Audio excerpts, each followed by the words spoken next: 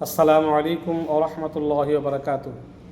চলছে বৃষ্টির মৌসুম বা বৃষ্টির সিজন চলছে। এখন থেকে কয়েক মাস পর্যন্ত গাছ লাগানোর মোক্ষম সময়। গাছ লাগানো কত ফজিলতের বিষয়, গাছ লাগানো কত উপকারী, এই সম্পর্কে আজকে আমরা কিঞ্চিত আলোচনা শুনব, যাতে আমরা বৃক্ষরোপণ করতে পারি, গাছ লাগাতে পারি। এই সম্পর্কে আমরা একটু আলোচনা শুনব। বৃক্ষ বা গাছপালা আল্লাহ পাকের দান। গাছপালা বা বৃক্ষ আল্লাহ পাকের দান, প্রকৃতির অপূর্ব শোভা। বৃক্ষ প্রকৃতির শ্রেষ্ঠ সম্পদ। গাছপালাবিহীন পৃথিবী মলিন। গাছপালা মানুষ সহ সমস্ত প্রাণীকুলের বন্ধু। বৃক্ষ বা গাছপালা আল্লাহ পাকের দেওয়া পদ্ধতিতে আমাদের জীবন রক্ষার প্রয়োজনীয় অক্সিজেন সরবরাহ করে। বৃক্ষ থেকে আমরা পাই জীবন ধারণের জন্য খাদ্য, জ্বালানির বস্ত্র তৈরির সুতা, ঘরবাড়ি নির্মাণের জন্য কাঠ, দৈনন্দিন ব্যবহার্য সামগ্রী, ঘর সাজানোর আসবাবপত্র, এমনকি দুনিয়া থেকে বিদায়ের সময়ও বৃক্ষের দরকার। মৃত লাশ বহনের জন্য খাটিয়া বা কফিন ইত্যাদিও লাগে। বৃক্ষ বৃষ্টিপাত ঘটাতে, আবহাওয়া আর্দ্র নাতিশীতোষ্ণ রাখতে সাহায্য করে।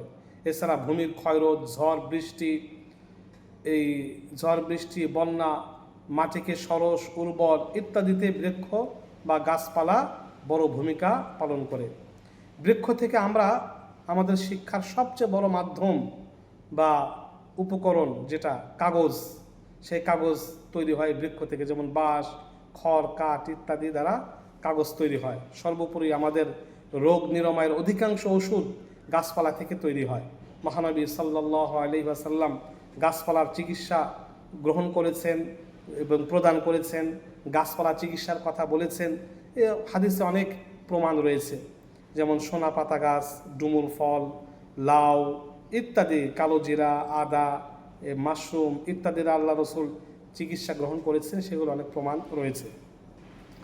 এমনকি গাছপালা, বনের পশু পাখি অসুস্থ হলেও লতা পাতা অন্যান্য গাছের চিকিৎসাতে বা গাছ খেয়ে সুস্থতা লাভ করে।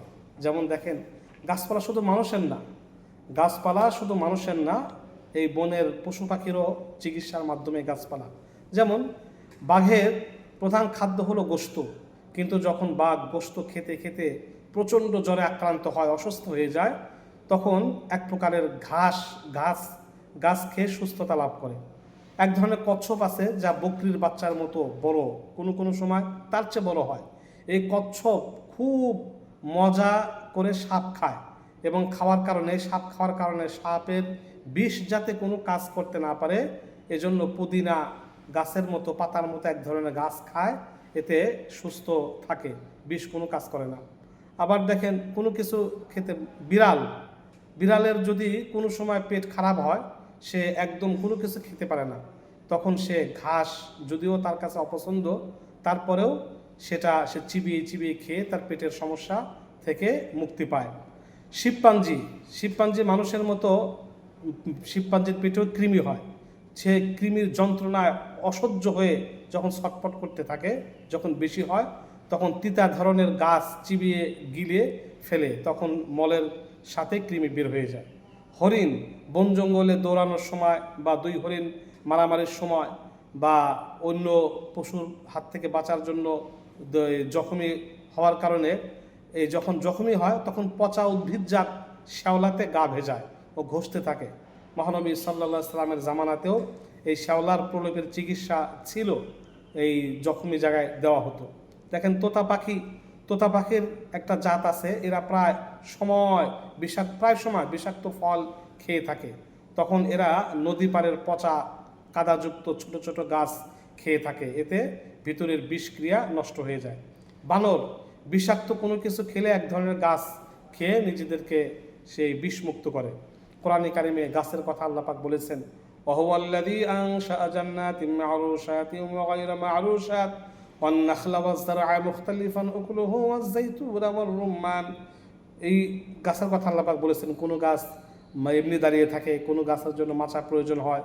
যত ধরনের গাছ আছে, সব গাছ আল্লাহ পাক রব্বুল আলামিন মানুষ এবং প্রাণীকুলের উপকারের জন্যই সৃষ্টি করেছেন। গাছপালা যতদিন থাকবে ততদিন আমল নামায় সওয়াব উঠতে থাকবে। গাছ লাগানোর ফজিলত। কোনো ব্যক্তি যদি একটা গাছ লাগায়, যতদিন থাকবে, সেটা ফলের গাছ হোক, ফুলের গাছ হোক, আর ওষুধি গাছ হোক, যে কোনো গাছ হোক, ওই গাছটা যতদিন থাকবে ততদিন তার আমল নামায় সওয়াব করতে থাকবে। মহানবী সাল্লাল্লাহু আলাইহি সাল্লাম বলেন, যে কোনো মুসলমান একটি গাছ লাগাবে অথবা শস্য বপন করবে, উহা থেকে কোনো মানুষ অথবা পশু পাখি কিছু খায় অথবা যে কোনো উপকার লাভ করে, তাহলে নিশ্চয়ই তার জন্য সদকা হিসাবে গণ্য হবে। অর্থাৎ গাছ ইহা থেকে সে সদকা হিসাবে গণ্য হবে। এটা এমন একটি সওয়াব বা সদকায়ে জারিয়া, এটা এমন একটি সওয়াব যেটা যতদিন থাকবে, ইবাদত যতদিন থাকবে ততদিন জীবজন্তু উপকৃত হবে, মানুষ উপকৃত হবে, ততদিন সে সওয়াব লাভ করতে পারবে। সদকায়ে জারিয়ার অন্তর্ভুক্ত।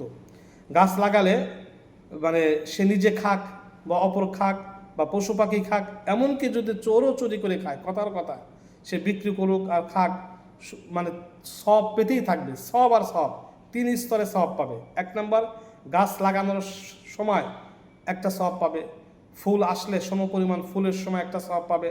2 নম্বর, যতগুলো ফলের মুকুল বা কুড়ি বের হতে থাকবে ততগুলো সব সে পাবে।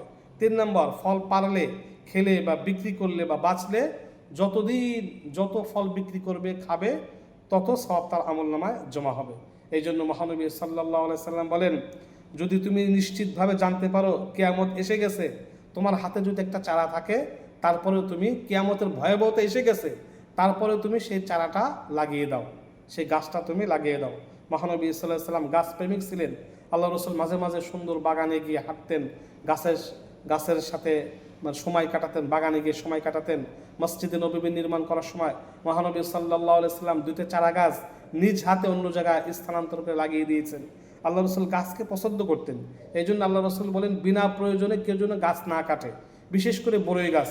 বিনা প্রয়োজনে যদি কোনো ব্যক্তি গাছ কাটে, তাকে নিকৃষ্ট স্থানে নিক্ষেপ করা হবে, আল্লাহ রসুল ঘোষণা করেছেন। তা অনর্থক গাছ কাটা যাবে না, বন উজাড় করা যাবে না, গাছ লাগাতে হবে। আমরা যেহেতু বৃষ্টির মৌসুম চলছে, গাছ লাগানোর মৌসুম চলছে, আমরা অবশ্যই গাছ লাগাবো। কমপক্ষে 2টা গাছ লাগাবো প্রত্যেক মৌসুমে, কমপক্ষে 2টা। অতিরিক্ত যতগুলো আমরা পারি আমাদের ঘরের আনাচে কানাচে নির্দিষ্ট জায়গায়, সুন্দর জায়গায় নির্ধারণ করে আমরা গাছ লাগাবো। প্রয়োজনে রাস্তার পাশে গাছ লাগাবো, আমরা কবরের স্থানে গাছ লাগাবো। গাছ যতদিন থাকবে, যত তাসবিহ পাঠ করবে, তাসবিহের সবগুলোও গাছ লাগানোর ব্যক্তি পাবে, অনেক সব, অনেক ফজিলত। সুতরাং গাছ লাগানোর ব্যাপারে আমরা অবশ্যই সচেতন হব। আমরা গাছ লাগাবো যেখানে সেখানে, আমরা রাস্তার পাশে হোক, নিজের ঘরের পাশে, ঘরের আঙ্গিনায় বা যে কোনো জায়গায় আমরা অবশ্যই ফল, ফুল, ঔষধি যে কোনো গাছ লাগিয়ে আমরা এই সওয়াব, এই ফজিলত অর্জন করে নিব। গাছ লাগানোর কথা বলে শেষ করা যাবে না। আল্লাহ রাসূল গাছ পছন্দ করতেন, এমনকি বিনা প্রয়োজনে গাছের একটা পাতাও ছিঁড়তে নিষেধ করেছেন। গাছ আল্লাহ পাকের তাসবিহ পাঠ করে। মানুষের মধ্যে কুসংস্কার আছে, রাতে গাছের ফল, পাতা, ফুল পাড়তে নাই।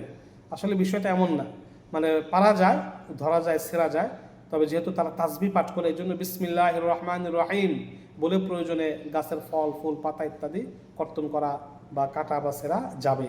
তাই গাছ লাগানো অনেক ফজিলতের বিষয়। আমরা এই বৃষ্টির মৌসুমে অবশ্যই গাছ লাগাবো। কোরআন হাদিস অনেক রয়েছে, যদি আমরা কোরআন হাদিসগুলো বলতে চাই আমাদের ভিডিওটা অনেক লম্বা হয়ে যাবে।